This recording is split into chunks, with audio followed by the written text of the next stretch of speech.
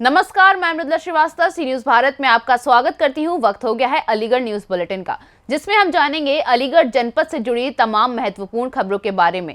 कैसे short circuit से hardware factory में लगी भीषण आग। इसी क्रम में आगे जानेंगे क्यों 3 दर्जन से अधिक लोगों ने थामा आरएसएस का दामन। और अगली खबर में देखेंगे रोडवेज बस की चपेट में आने से हुई युवक की मौत। ऐसी ही तमाम खबरों पर आइए विस्तार से करते हैं चर्चा। अलीगढ़ के थाना कोतवाली क्षेत्र के भुजपुरा इलाज में एक हार्डवेयर फैक्ट्री में शॉर्ट सर्किट से भीषण आग लग गई। आग की घटना से मची अफरा तफरी। दमकल विभाग की गाड़ियों ने आग पर काबू पाया। प्राप्त जानकारी के अनुसार बता दें कि भुजपुरा इलाके में एक हार्डवेयर फैक्ट्री को बंद कर सभी कर्मचारी चले गए। इसी बीच लगभग 8 बजे अचानक शॉर्ट सर्किट से हार्डवेयर फैक्ट्री में आग लग गई। देखते ही देखते आग ने विकराल रूप धारण कर लिया, जिससे इस पड़ोस में अफरा तफरी गए। वहीं लोगों ने आग की घटना की जानकारी फैक्ट्री मालिक के साथ इलाका पुलिस को दी। पुलिस ने दमकल विभाग की गाड़ियों को मौके पर बुलाकर आग पर काबू पाने का प्रयास किया। लगभग 2 घंटे दमकल कर्मियों ने आग पर काबू पाने में मशक्कत लगा दी और उसके बाद आग पर काबू पाया गया। आग की घटना से फैक्ट्री में लाखों रुपए का सामान जलकर राख हो गया है। ये तो अभी बाद में पता चलेगा, कुछ नहीं हो सकता है। बिजली की लाइन शॉर्ट कर दी। इन्होंने तो ये बताया कि फैक्ट्री बंद थी और 5 से उसकी गाड़ियाँ 3 गाड़ियाँ आई जो आग पर निकल किया। आपको कारण पता लग पा रहा क्या है? कारण वही है, शॉर्ट सर्किट ही हो सकता है। फैक्ट्री बंद थी। अनुमान नुकसान का कुछ बताया? नुकसान का आकलन तो ये मालिक लोग ही। तो कैसे आग लगी, क्या हुआ? शॉर्ट सर्किट हुआ भैया, हम तो बंद करके जा चुके थे। अच्छा, तो पैकिंग में आग लगी, उससे आग भड़क गई पूरा हॉल। किस चीज़ की क्या बनता था? हार्डवेयर भैया, लॉक्स, मोर्टेस। कहाँ पर थी फैक्ट्री? कहाँ पर थी, किस जगह पर? ये भुजपुरा चौराहे पर। तो कितना नुकसान हुआ लगभग? कुछ नहीं पता भैया, नुकसान का तो पता पड़ेगा सुबह। तो आग का कुछ पता लग पा रहा किस तरह से आग लगी है? हाँ, वही शॉर्ट सर्किट का लग रहा है। कुछ भी नहीं पता, अब तो यही लग रहा है कि शॉर्ट सर्किट ही हुआ उस वजह से आग लगी है। प्रॉपर्ली चेक करके सारी आग को बुझाया है और काफ़ी मेहनत की हम लोगों ने। आकर समय से उन्होंने काम को अंजाम दिया, आग पर कंट्रोल कर लिया पूरी तरह। अलीगढ़ से सीनियर संवाददाता संजीव शर्मा की रिपोर्ट। अलीगढ़ जिले में राष्ट्रीय स्वयंसेवक संघ के समर्थकों की भीड़ अब बढ़ती जा रही है। वहीं हिंदू समुदाय के साथ अब मुस्लिम समुदाय के लोग भी राष्ट्रीय स्वयंसेवक संघ से जुड़ने के लिए बढ़ चढ़कर प्रतिभाग कर रहे हैं। वहीं आज दिल्ली गेट स्थित एक निजी गेस्ट हाउस में 3 दर्जन से अधिक लोगों ने राष्ट्रीय स्वयंसेवक संघ का दामन थामा, जिसमें महिलाएं भी शामिल हैं। वहीं कार्यक्रम के दौरान पत्रकारों को संबोधित करते हुए राष्ट्रीय स्वयंसेवक संघ की कार्यकर्ता और राष्ट्रीय जनता पार्टी अल्पसंख्यक मोर्चा जिला उपाध्यक्ष फरीन मोहसिन ने बताया कि बीते दिनों उत्तर प्रदेश के मुख्यमंत्री योगी आदित्यनाथ के द्वारा अलीगढ़ में बयान दिया गया था कि मुस्लिम समुदाय को भी राष्ट्रीय स्वयंसेवक संघ से जुड़ना चाहिए। उन्होंने कहा कि भारतीय जनता पार्टी की सरकार ने मुस्लिम महिलाओं और मुस्लिम समुदाय को बहुत कुछ दिया है, इसीलिए आज क्षेत्र के 3 दर्जन से ज्यादा लोगों के द्वारा राष्ट्रीय स्वयंसेवक संघ को चुनते हुए संघ की सदस्यता ली गई है। हमारे मुख्यमंत्री जी, आदरणीय मुख्यमंत्री जी श्री योगी आदित्यनाथ जी ने अपने अलीगढ़ के 2 दिवसीय दौरे में एक सर्किट हाउस में बयान दिया था, जिसमें उन्होंने कहा था कि मुस्लिम समुदाय को भी आरएसएस के साथ जुड़ना चाहिए। तो उस बयान के समर्थन में आज ये प्रेस वार्ता रखी गई। ये बताइए किस तरीके से मुस्लिम समुदाय को आरएसएस से जोड़ने का कार्य करेंगे, क्योंकि एक तरफ तो मुस्लिम समुदाय विरोध करता है आरएसएस का, तो किस तरीके से आप अभियान चलाएंगे या किस तरीके से लोगों को जोड़ेंगे इससे? देखिए, एक कोशिश, पहले कहा जाता था कि मुसलमानों की सोच नहीं है कि वो भारतीय जनता पार्टी या आरएसएस से जुड़े, क्योंकि आरएसएस को हिंदूवादी संगठन कहा जाता था, इसी तरह से भारतीय जनता पार्टी को हिंदूवादी पार्टी कहा जाता था। अब आप यही मिसाल ले लीजिए, रिसेंट मिसाल है आपकी ऊपरकोट में अभी जो बिल्डिंग गिरी थी, उसमें क्या हमारे पूर्व शहर विधायक संजीव राजा जी नहीं पहुंचे थे? वहां पहुंचे थे, मुस्लिम समुदाय को विश्वास दिलाया गया और पूरी मदद करी गई। अभी यहाँ शाहजमाल में जब बरसात में पूरा शाहजमाल डूब गया था, तब भी हमारे राजनीतिक गुरु श्री राजेंद्र वासने चीफ जी ने हमें, हमारी टीम को वहां पहुंचाया और पूरी मदद क्षेत्रवासियों की करवाई। तो क्या ये कहना गलत होगा कि आज मुस्लिम समुदाय भी जुड़ रहा जिस है? तरीके मुस्लिम समुदाय की आप बात कर रही हैं उसी तरीके से एक दिन पूर्व, घटना के पूर्व मुख्यमंत्री जी आए थे, लेकिन उन्होंने किसी तरीके की मुआवजे की किसी को मिलने की कोई बात नहीं है। घटना के बाद हमारे मुख्यमंत्री जी आए थे, मगर तब तक नगर निगम की तरफ से कोई रिपोर्ट तैयार नहीं की गई थी। जब तक नगर निगम अपनी रिपोर्ट पूरी तरह से तैयार नहीं करेगा तो फिर कैसे हमारे मुख्यमंत्री जी मदद या मुआवजे की घोषणा ये करेंगे? बताइए, प्रदेश RSS जो है मुख्यमंत्री के निशाने द्वारा पर रहती है अक्सर, आरएसएस कट्टरपंथियों के निशाने पर रहती है। उन लोगों के लिए क्या कुछ पैगाम है या किस तरीके से आप जो है लोगों को जोड़ने का कार्य करेंगे? देखिए, आज से पहले जब तक प्रदेश में और देश में भारतीय जनता पार्टी की सरकार नहीं थी तो मुस्लिम्स को सिर्फ एक वोट बैंक के तौर पर इस्तेमाल किया जाता था। क्या ये लोग और ये भीड़ नहीं दे रहे कि आज मुसलमान जो है भारतीय जनता पार्टी या आरएसएस के साथ जुड़ने के लिए तैयार है? यहाँ सब लोगों को पता है कि ये प्रेस वार्ता आरएसएस से जुड़ने के लिए करी जा रही है। जोड़ेंगी किस तरीके से?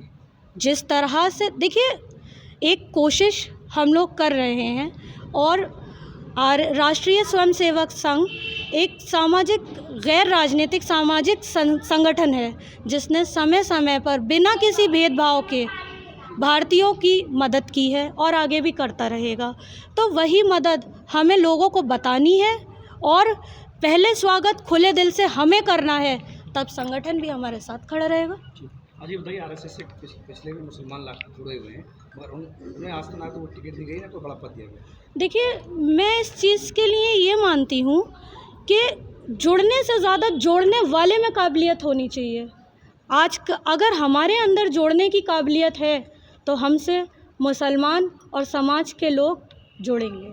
मुस्लिम समाज के लिए क्या रहेगा आपकी पार्टी की ओर से, जिस तरह के जुड़े क्या रहेगा ऐसा? आप देखिए, अभी हमारी पार्टी की ओर से पसमानदा मुस्लिम समुदाय के लिए काफ़ी सारी योजनाएं चल रही हैं और पूरा पार्टी का फोकस है पसमानदा समाज के लिए।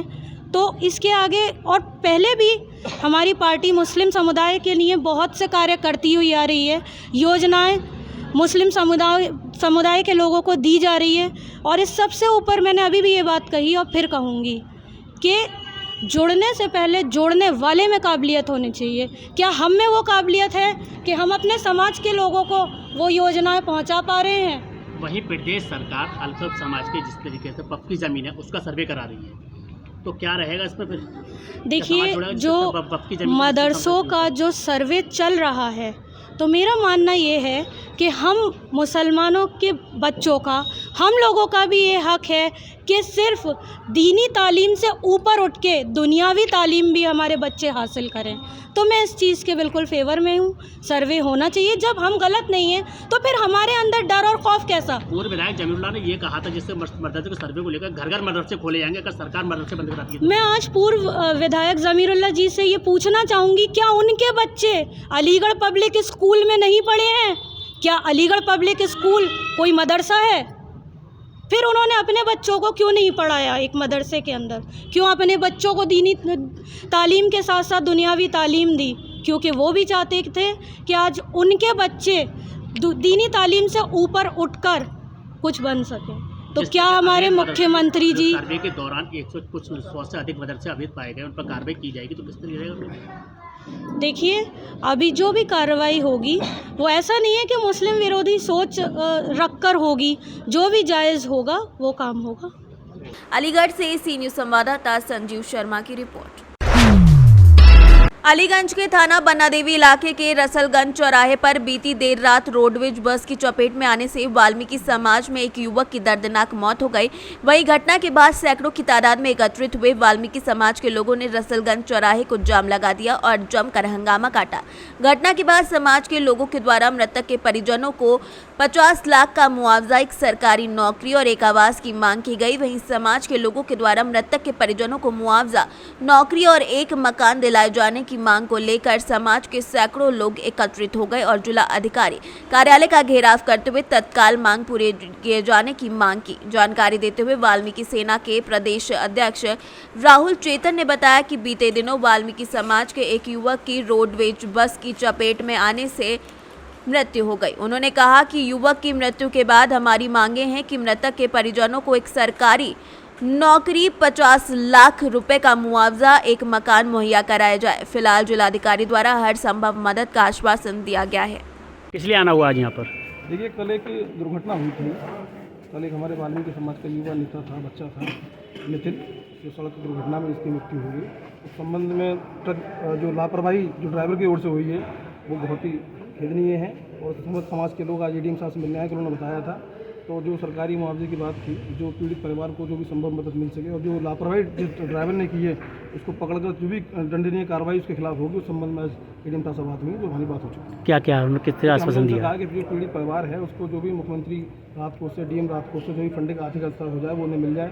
दूसरा, एक सरकारी आवास जो कि प्रधानमंत्री आवास योजना टूडा के ओर से बने हुए हैं वो उनको प्राप्त हो जाए, क्योंकि जो पीड़ित परिवार है वो इतना निर्धन और गरीब परिवार है कि उसके जो साधन का जो आय का जरिया था उसका बेटा ही था। अब वो परिवार बिल्कुल समझ लो अब सड़क पर आ गया है। तो उस परिवार के लिए रहने के लिए आवास की बात की, जिस पर एडीएम साहब ने कह दिया है कि वो आवास की व्यवस्था हम करा देंगे। दूसरा, वो जो बच्चा था जिसके परिवार में एक भी रोजगार का साधन नहीं था, उन्होंने कह दिया कि जिला मलखान सिंह चिकित्सालय में वहीं जो लोग आउटसोर्सिंग पर रखे जाते हैं जिस तरीके से, वहीं उसकी पत्नी को एक व्यवस्था नौकरी के रूप में दे दी जाएगी। और प्लस जो मुख्यमंत्री राहत कोष से जो फास्ट बुल बच्चों के लिए व्यवहार चल रहा है, वो उस व्यवस्था में 2300 रुपये महीने के हिसाब से एक 23 साल तक एक पेंशन के रूप में उस बच्चे को आर्थिक रूप में 23 साल तक देने का प्रावधान भी जो यहाँ के प्रॉब्लम अधिकारी हैं उन्होंने बताया है कि वो मिलते रहेंगे। क्या नाम है आपका?